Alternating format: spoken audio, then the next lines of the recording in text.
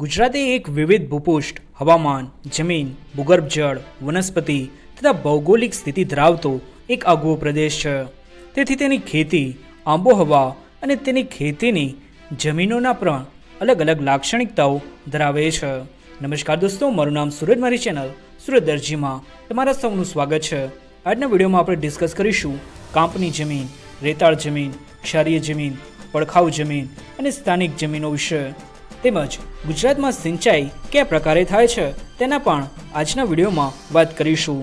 તો વિડીયો બહુ જ ઇન્ટરેસ્ટિંગ છે અને ડિટેલમાં સંપૂર્ણ વિગત આપેલી છે. તો વિડીયો અંત સુધી જોશો તો બધી જ માહિતી તમને એક જ વિડીયોમાં મળી જશે. તો ચાલો આજના વિડીયોની શરૂઆત કરીએ.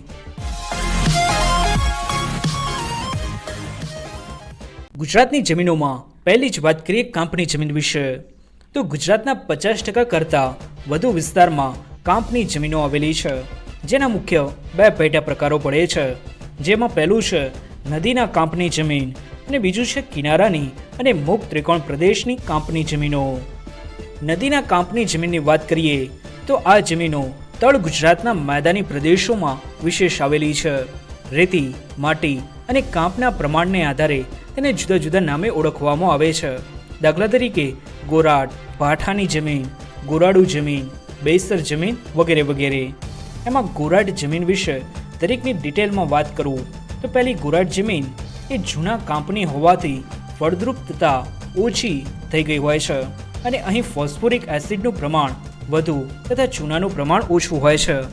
આ જમીનો ક્યાં જોવા મળે છે તો જંબુસર, ભરૂચની અંદર, ખેડા જિલ્લાની અંદર, સાબરમતી અને મહી વચ્ચેના પ્રદેશમાં, ડભોઈ કે જે વડોદરા ખાતે આવેલું છે ત્યાં, તથા સુરત જિલ્લાના કેટલાક વિસ્તારોમાં આ પ્રકારની જમીન ગોરાટ જમીન જોવા મળે છે. બીજો પ્રકાર જોઈએ તો ભાઠાની જમીન. તો નદીઓના નવા કાંપની જમીનો ભાઠાની જમીન તરીકે ઓળખાય છે. જૂના કાંપની જમીન હોય તો ગોરાટ જમીન અને નવા કાંપની જમીન ભાઠાની જમીન તરીકે ઓળખાય છે. આ જમીન ખૂબ જ ફળદ્રુપ ગણાય છે.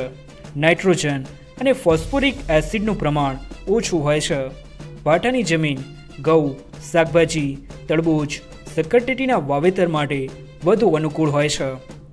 સાબરમતીના મેદાનોમાં તથા નદીઓના ટાપુ પ્રદેશોમાં આ પ્રકારની જમીન વધુ પ્રમાણમાં જોવા મળે છે. ત્રીજું છે ગોરાડુ જમીન. તો ઉત્તર તથા મધ્ય ગુજરાતના પ્રદેશોમાં રેતાળ કાંપની જમીન કે જેની સ્થાનિક ભાષામાં ગોરાડુ જમીન તરીકે ઓળખાય છે. આ જમીનમાં માટીનું પ્રમાણ ઓછું તથા ઝીણી રેતીનું પ્રમાણ વધારે હોય છે. નાઇટ્રોજન તથા ચૂનાના તત્વો ઓછા, ફોસ્ફરસ મધ્યમસર અને પોટાશ વધુ માત્રામાં હોય છે. આ જમીન મહી અને સરસ્વતી નદી વચ્ચેના વિસ્તાર જેવા કે ખેડા, આણંદ, અમદાવાદ, વડોદરા, પાટણ, મહેસાણા, અરવલ્લી, સાબરકાંઠા અને બનાસકાંઠાના વિસ્તારોમાં જોવા મળે છે. આ જમીનમાં મોટેભાગે કયા પ્રકારની ખેતી થાય છે તો આ જમીન ઘઉં અને ડાંગરના વાવેતર માટે અનુકૂળ છે. ચોથી પ્રકાર જોઈએ તો એ છે બેસર જમીન. તો બેસરની જમીન એ આણંદ અને ખેડા જિલ્લાની કાંપની જમીન જ બેસર જમીન તરીકે ઓળખાય છે. આ જમીનમાં તમાકુનો પાક સારો લઈ શકાય છે. મધ્ય ગુજરાતનો પ્રદેશ સૌથી વધુ ફળદ્રુપ જમીનનો પ્રદેશ ગણાય છે. ખેતીના વિકાસના સંદર્ભમાં તે ગુજરાતના બગીચા તરીકે ઓળખાય છે. કાંપની જમીનનો બીજો પેટા વિભાગ કે જે છે કિનારાની અને મુક્ત ત્રિકોણ પ્રદેશની કાંપની જમીન. તો આ જમીન એ કચ્છના કિનારાના વિસ્તાર તથા સૌરાષ્ટ્ર, સુરત, ભરૂચ, વલસાડના કિનારાના પ્રદેશોમાં આ પ્રકારની જમીનની રચના થયેલી જોવા મળે છે. આ જમીન પર મીઠાના ક્ષાર અને જીપ્સમની પોપડીઓ બાજેલી હોવાથી અથવા જામેલી હોવાથી ખેતી માટે તે બિનઉપયોગી છે. જમીનનો બીજો પ્રકાર જોઈએ તો એ છે કાળી જમીન. આ જમીન એ કાળા રંગની છે, પણ એમાં પણ તેમાં રહેલા પ્રમાણના આધારે તેના 3 પ્રકાર છે. એક છે ઊંડી કાળી, બીજી છે મધ્યમ કાળી અને ત્રીજી છે છીછરી કાળી. એમ 3 અલગ અલગ તફાવત પડે છે. આ પ્રકારની જમીન સૌરાષ્ટ્રના ઉચ્ચ પ્રદેશ અને નર્મદા, તાપીના ખીણ પ્રદેશમાં આવેલી છે. સૌરાષ્ટ્ર, પંચમહાલ, વડોદરા, સાબરકાંઠા, અરવલ્લી, મહીસાગરના પર્વતીય પ્રદેશમાં મધ્યમ કાળી તથા આછા કાળા રંગની જમીનો આવેલી છે. ચૂનાના તત્વો, સેન્દ્રિય દ્રવ્યો તેમજ માટીનું પ્રમાણ ઓછું હોય છે. આ જમીનમાં કપાસ, મગફળી અને મકાઈનું વાવેતર થાય છે.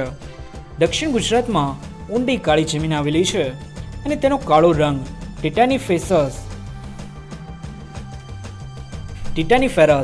મેગ્નેટાઇટ અને કેલ્શિયમ જેવા તત્વોને લીધે હોય છે. આ જમીન કપાસની ખેતી માટે અતિ ઉત્તમ ગણાય છે.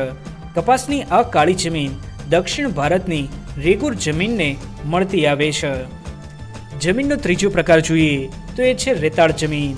25 સેન્ટીમીટરથી ઓછો વરસાદ મેળવતા કચ્છ અને બનાસકાંઠાના વાયવ્ય વિસ્તારમાં આ પ્રકારની જમીન આવેલી છે. આ પ્રકારની જમીનમાં કેલ્શિયમ કાર્બોનેટ અને જીપ્સમનું પ્રમાણ વધારે હોય છે. વળી તે નક્કર અને મોટા કણોની રચનાવાળી હોવાથી તે પાણી ઝડપથી શોષી લે છે. આથી ખેતીના વિકાસ માટે તે બિનઉપયોગી જ ગણાય છે. જો તમે આ પ્રકારના વિડીયો ગમતા હોય તો વિડીયો લાઇક કરી અમારી ચેનલ સબસ્ક્રાઇબ કરો અને આ પ્રકારના દરેક નવા વિડીયોની અપડેટ્સ માટે અમારી ચેનલની નોટિફિકેશન ઓન રાખો, જેથી દરેક નવા વિડીયો સૌથી પહેલા મેળવી શકો. એનો ચોથો ભાગ જોઈએ તો ચોથો પ્રકાર જોઈએ તો એ છે ક્ષારીય જમીન.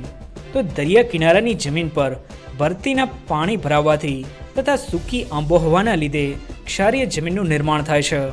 ભાવનગર, આણંદ, અમદાવાદ, ખેડા તથા દક્ષિણ ગુજરાતનો દરિયાકાંઠાનો ઉપરાંત પાટણ, મહેસાણા, બનાસકાંઠા જિલ્લાનો થોડો વિસ્તાર અને કચ્છનો મોટા ભાગનો વિસ્તાર આ પ્રકારની જમીન ધરાવે છે. પાંચમો ભાગ જોઈએ તો એ છે પડખાઉ જમીન. તો ગુજરાતના કોઈ પણ ભાગમાં વિષુવવૃત્તીય પ્રદેશો જેવી પડખાઉ જમીન જોવા મળતી નથી, પરંતુ ડાંગ જિલ્લામાં 250 સેન્ટીમીટર જેટલો વરસાદ અને ગીચ જંગલોની પરિસ્થિતિ હેઠળ ચૂનો તથા નાઇટ્રોજનનું પ્રમાણ ઓછું હોય તેવી એસિડિક જમીનો આવેલી છે. આ જમીન ઈંટ જેવો રાતો રંગ ધરાવે છે. ખેતી માટે પણ આ જમીન બહુ ઉપયોગી નથી, ઓછી ઉપયોગી છે.